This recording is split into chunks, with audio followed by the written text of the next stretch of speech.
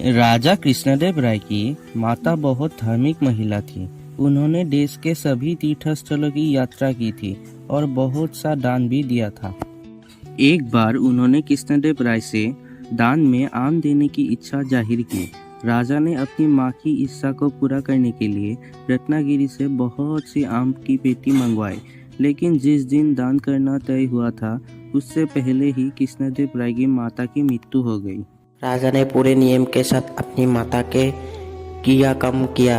जब उनको अपनी माँ की आम दान करने की इच्छा याद आई तो उन्होंने ब्राह्मण को बुलाकर उनसे पूछा कि मेरी माँ की अंतिम इच्छा आम दान करने की थी, अब उनको क्या करना चाहिए। जो ब्राह्मण आए थे वो बहुत लालची था।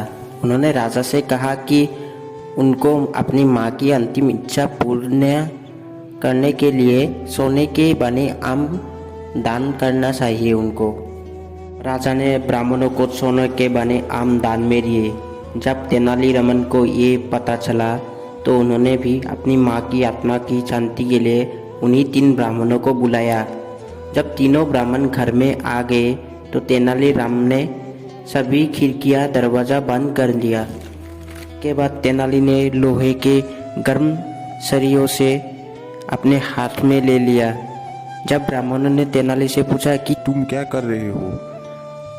तेनालीरामन ने कहा कि मेरी माँ की अंतिम इच्छा थी कि मैं गर्म सरियों को उनके घुटने में लगा दूं, जिससे उसका घुटना ठीक हो जाए।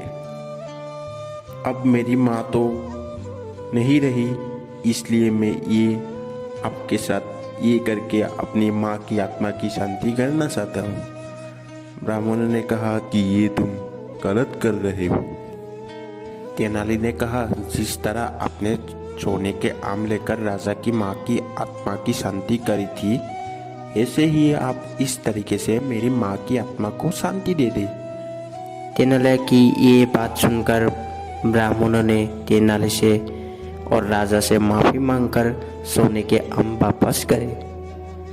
तेनाली ने राजा को समझाया कि इस तरह लालची ब्राह्मणों के चक्कर में पड़कर राजकोष की खर्चा मत करे।